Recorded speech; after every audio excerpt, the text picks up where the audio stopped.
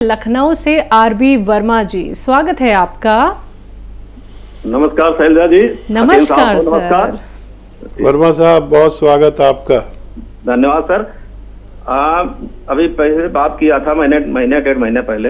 हाँ मेरी पत्नी जो है, इनको फीवर आ रहा था 4 महीने पहले जी। तो इन्होंने मतलब इनको दवा दी गई, यूटीआई की दी गई और फिर नहीं ठीक हुआ फीवर, तो फिर टाइफाइड की दवा दी गई, फिर नहीं कुछ दिन ठीक हो, कुछ दिन के बाद फिर वैसे हो, तो उसके बाद फिर उनको यूटीआई का एंटीबायोटिक दिया गया। यानी कि 3 बार 4 महीने में 3 बार 10-10 दिन का एंटीबायोटिक इनको दिया गया। इनकी हालत बेकार हो गई और नहीं ठीक हुई, फीवर नहीं ठीक हुआ। तब हम लोग परेशान होकर के SGPGI में 11 दिन इनको भर्ती कराया और SGPGI लखनऊ में है, संजय गांधी पोस्ट ग्रेजुएट।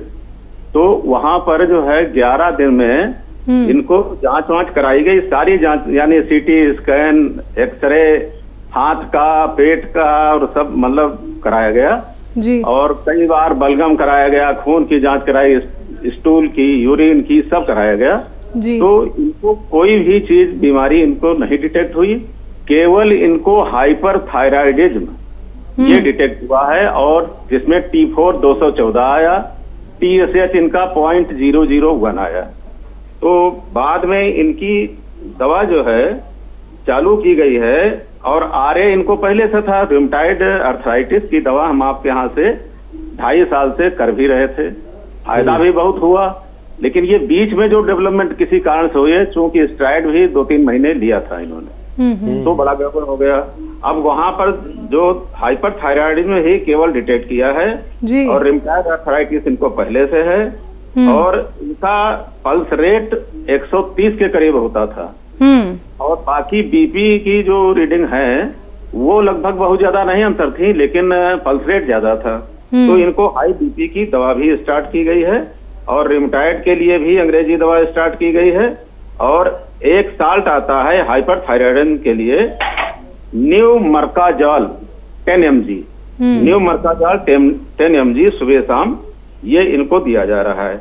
इस समय हकीम साहब ऐसा है कि इनको काफी रिलीफ हो चुका है अंग्रेजी दवाओं से, मतलब रिलीफ तो बहुत है, लेकिन फिर भी अभी फीवर कभी 2-3 दिन के बाद आ जाएगा, पैरासिटामोल ले लेते हैं, उतर जाएगा, फिर 3-4 दिन के बाद थोड़ा आएगा, ये पोजीशन चल रही है।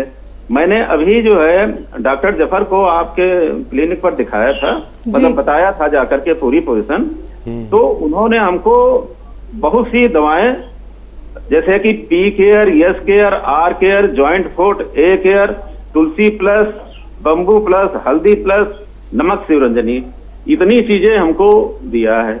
तो मैं अब आप और इनको इस समय परेशानी है, हल्का फीवर आता है और खाना खाने के तुरंत बाद लैट्रिन आती है।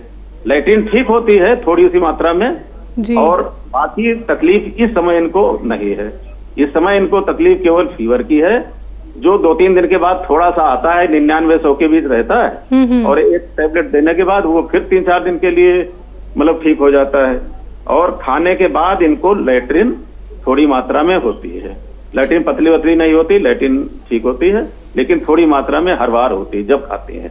तो जी अब इनके लिए जो उचित सलाह है आप कृपया बता दीजिए। ठीक है जी।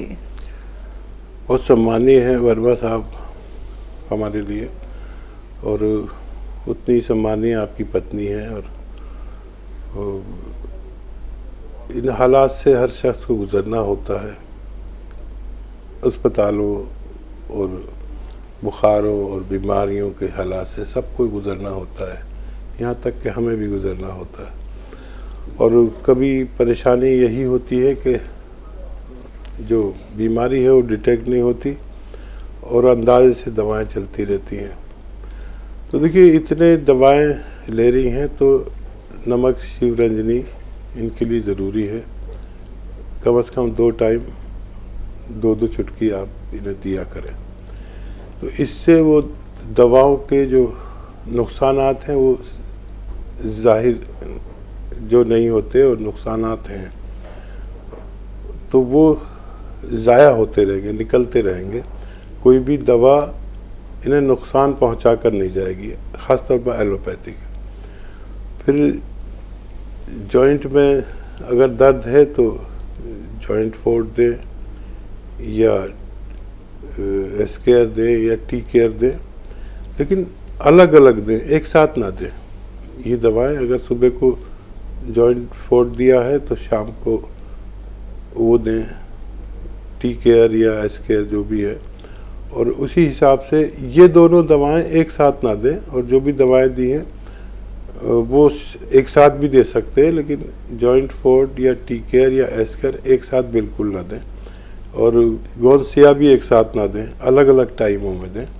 इसी तरह इलाज करें। और जो स्टेरॉइड वगैरह का इलाज है वो पल्स बढ़ाता है। अगर स्टेरॉइड की एक गोली खा लें तो आपकी पल्स और शुगर और सब कुछ एकदम अप हो जाता है। ये ताकतवर दवा है, हालांकि ये वक्ती इलाज होता है, तो इसके नुकसानात उनके जिस्म में ना रह जाए उसके लिए नमक शिवरंजनी ज़रूर दे दिया करें 2 बार, ताकि वो जल्दी से किडनी से इन दवाओं को बगैर नुकसान पहुंचाए बाहर कर दिया करें।